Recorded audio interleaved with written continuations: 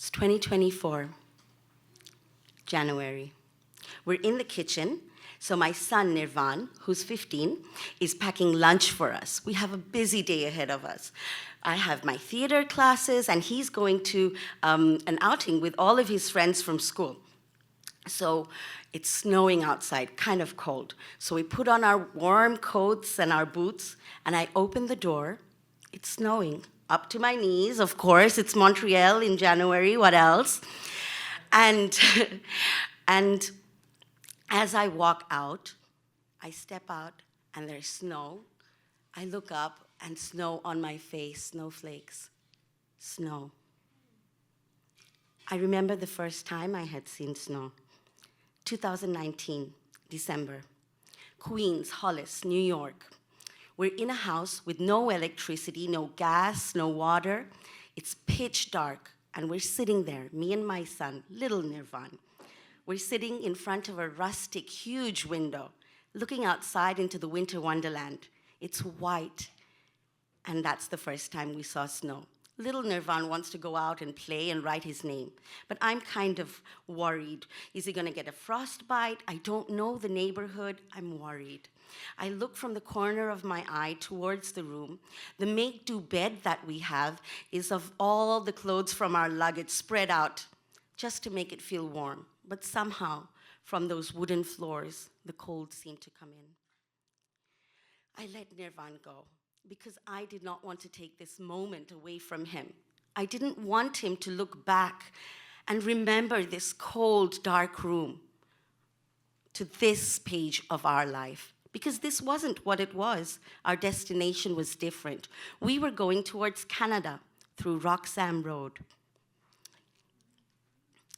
So as Nirvan went outside and he was writing his name, I felt a moment of surreal thankfulness.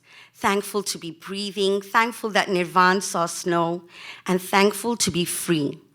Yes, thankful to be free because I was put behind bars by the morality police in Bangladesh for not wearing the clothes and covering my body, my female body, as per their understanding of morality.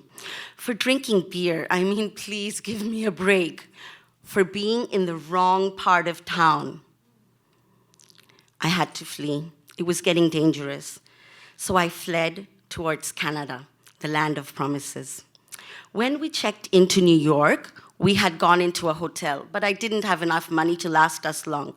So this abandoned house was the only place to take us further into our destination.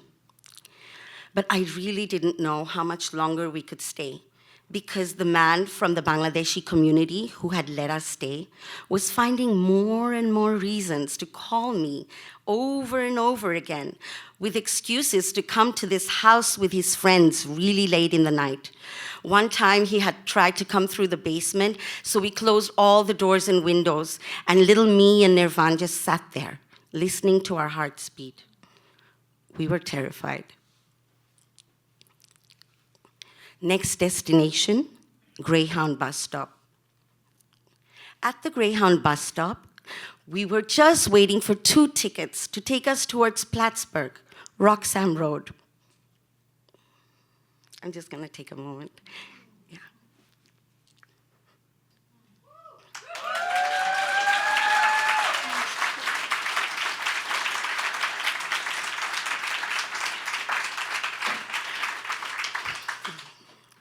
The Greyhound bus stop. We had been waiting for 7 long hours, waiting like hawks, waiting for just 2 tickets to take us towards Plattsburgh. But there was a blizzard going on. This blizzard had spoiled everything. I had it all planned. I had the map of America and Canada in my room for 1 whole year in Bangladesh, planning every single moment. But this blizzard had taken it all away, and the buses were stopped. It was snowing in New York, but there was a blizzard over there. So we just waited and waited, and a lady came in, and she said, I have 2 tickets that I want to let go of for the last bus. That is exactly how I had planned it. So I pounced on those tickets, and we were off. The bus ride from New York towards Plattsburgh is not very long, and we slept most of the way. And most of the families were going into other directions. I didn't want to tell anybody that I was going to Plattsburgh because a brown family stopping in Plattsburgh meant only one thing. In the morning, when the bus dropped us in the middle of nowhere and we had all of our luggage in front of us, somebody called from in front, going towards Roxham. And I saw another black family with a really little baby moving towards the taxi. So I moved forward and we sat down. This was the moment. It was so surreal. It was the moment that I had been anticipating for one whole year and maybe for all of my life. And I looked up, but the voice, it seemed familiar. And I said, "Hey, I know you. Mike, the taxi driver," I said. "I know you from all the videos I've been watching about Roxham Road." So he said, "That's $20 less for you, dear." And we were off, but tears were rolling down my cheeks and I couldn't help myself. So he looked at me and said, "Lady, what are you crying for? This is what's gonna happen." And he said, "The border police cannot stop you, so you are gonna keep going when they tell you to stop. Don't stop, and don't leave any luggage behind when you cross no man's land because you can't come back to get them." This was oh so overpowering, and I didn't know, was this gonna work, not gonna work? So as we turned left, he said, "This is Roxham Road." So I perked up and I looked across. Roxham. She was beautiful, very welcoming. All the other streets had snow up to here because of the blizzard, but Roxham had been plowed and she had a welcoming vibe. Come. And we went in and the taxi stopped. So I got off and we were getting our luggage and a man from about 100 yards away screamed and yelled towards us and said, "This is the Canadian border. If you cross this line, you will be arrested." So I moved forward towards the front of the line because I spoke English the best in the group. And I tried to vouch for all of us and I said, "We've come from so far, please let us in." And he just looked at us, nonchalant. And somebody from the back kept screaming, "What are you waiting for? Just go in, just go in." And Mike was really the voice in my head. So I grabbed little Nirvan and I took that little one step into no man's land.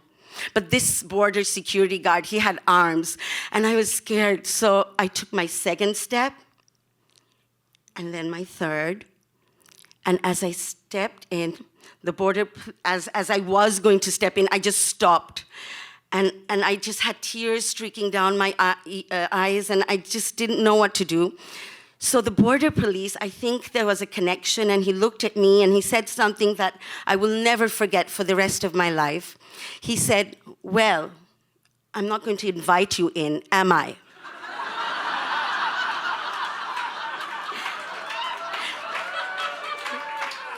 So I took that moment and I thought to myself, these words are deeper than what they are mean.